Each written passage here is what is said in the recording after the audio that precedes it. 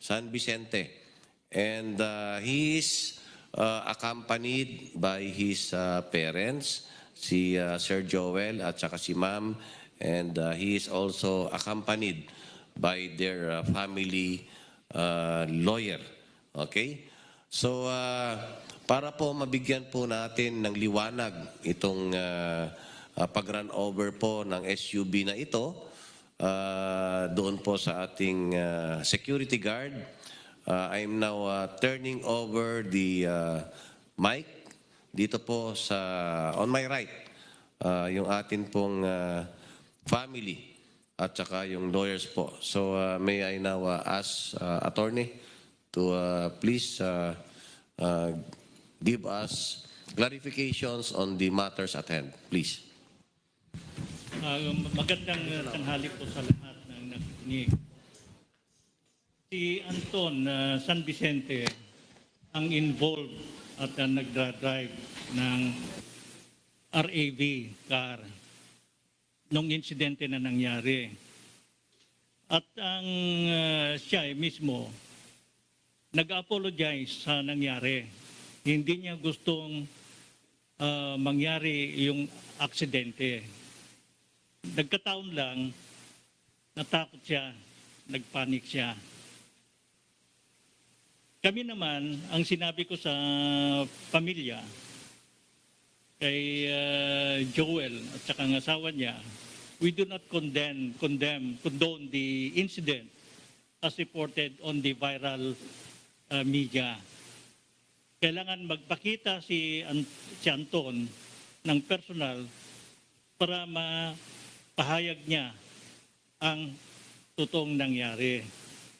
At saka mag-extend ng apology sa publiko. Ayun. Ito si Anton, pumunta nga dito, sabi ko sa parents niya, kailan magpakita siya. At saka yung ginamit na dinadrive niyang SUV, isunurrender din. Ngayon nandito. Ngayon, let the public be informed na kami mismo, nung pinuntahan namin ang Mandaluyong Police, kami mismo nagsabi na i-file ng necessary charges sa kanya para masagot natin ang legal process. Sa 17 ang hearing. Sa 17 ang hearing. Hindi namin, pinuntahan namin sa ospital yung biktima. Pero nakausap namin yung kapatid. Pero yung kapatid, ayaw niya mag-comment. So wala pang 30 seconds siguro ang usapan namin. Hindi totoong nag-offer kami sa kanya ng blank check. Wala kaming in-offer sa kanya. Nung sinabi niyang no comment, we did not press the issue na titignan namin ang brother niya.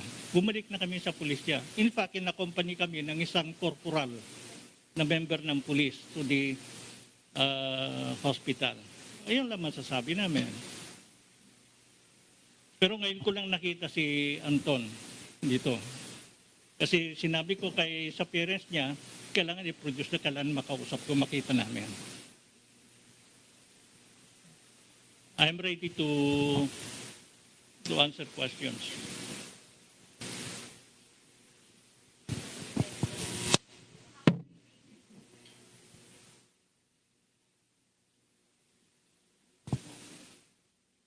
Ano yon? Please.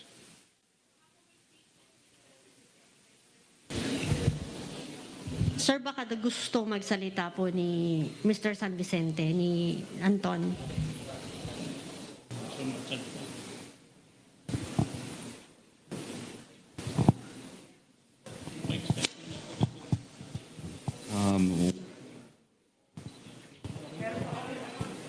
Wala naman akong masasabi na hindi naman masasabi ng abogado ko kung hindi may apologies sa nangyari. May apologies kay Mr. Florelde at kanyang pamilya.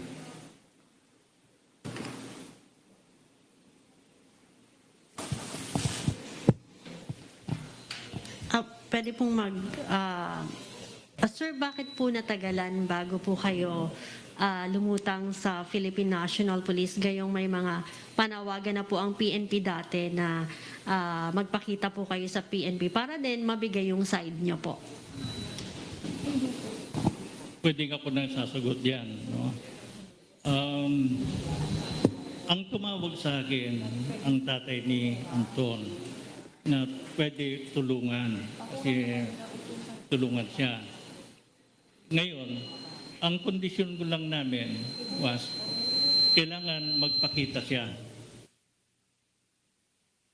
Gaya lang with the events na nung kinausap namin yung kapatid, gusto lang namin makita yung kondisyon ng biktima.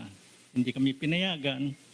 So we told the Mandaluyong Police to file the necessary charges. Pero ngayon lately, sinabi ko nga kay Joel, sa tatay ni Anton, na kailan magpakita siya at saka surrender yung sasakyan niya. Magpakita siya. Ayun. Siyang matanong na nung nagda-drive siya, nagulungan nung unang gulong yung katawan ng biktima, ano yung nasa isip niya kung bakit diniretso niya pa rin yung sasakyan instead na stop niya na at that moment, sir? Sinabi namin kanina na ang siya, very apprehensive siya, natatakot siya, nagpanic. Panic in other words. So sasagutin natin yan in the proper forum doon sa nakikita namin na demanda sa kanya on the 17th. Pero we do not condone, sinabi ko sa kanya, at saka sinabi ko sa parents niya, we do not condone the viral news that happened. Order food you love with Food Panda. Download the app and order now.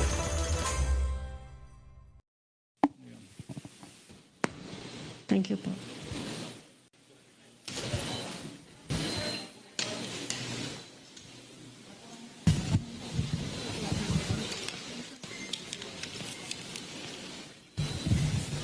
Ay, sir, Mark Gabriel po sa ANA 25. Attorney, pwede ba nating pasagutin personal si Jose Antonio para ipaliwanag niya